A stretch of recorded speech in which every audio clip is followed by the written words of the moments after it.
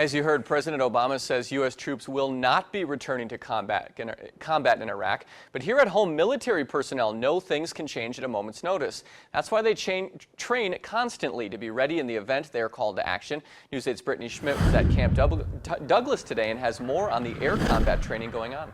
Mark, for the past 2 weeks, military personnel have been taking part in an intensive training exercise called Northern Lightning. Fighter, bomber, and transport air crews take part in a mock war scenario. The exercise director says they make it as realistic as possible, so the pilots have the best tools to accomplish their mission and return home safely.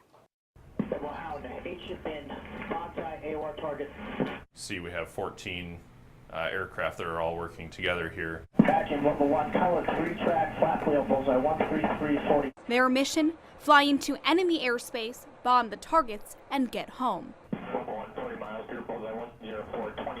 The F-16 fighter planes in the blue are the first ones to engage in combat. They're going to push out in front of the bombers and try to negate any threat from the adversary aircraft. Once the F-16s take out the red enemy planes, they will provide cover for the bombers. Those are the ones in green and purple. Their part of the mission on this is going to be to release some precision-guided bombs to attack surface threats, replicating surface-to-air missiles. After that, mission accomplished. However, in reality, there's kind of a military saying that the Plan A only survives to first contact. Nothing goes as planned.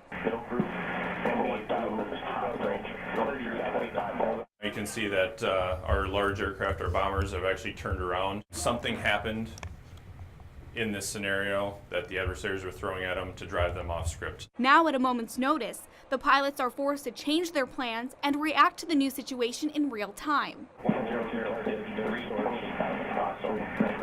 Making pilots think on their feet and react to real-life situations is the main purpose of this intense training session called Northern Lightning. As the exercise directors, we kind of try to present scenarios that would be realistic.